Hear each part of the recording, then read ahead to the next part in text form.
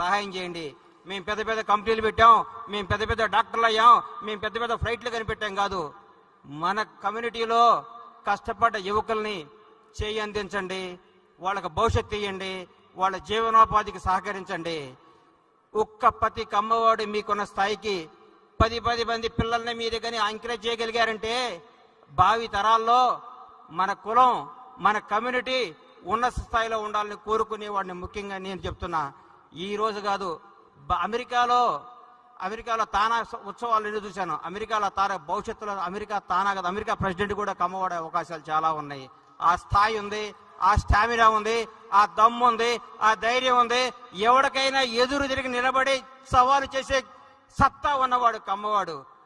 అందుకని మీ అందరికీ చెప్తున్నా, దయచేసి పెద్ద పెద్ద కంపెనీలు పెట్టారు, పెద్ద చేశారు, లేని కమ్మ పిల్లల్ని ఆదుకోండి. కమ్మ వాళ్ళని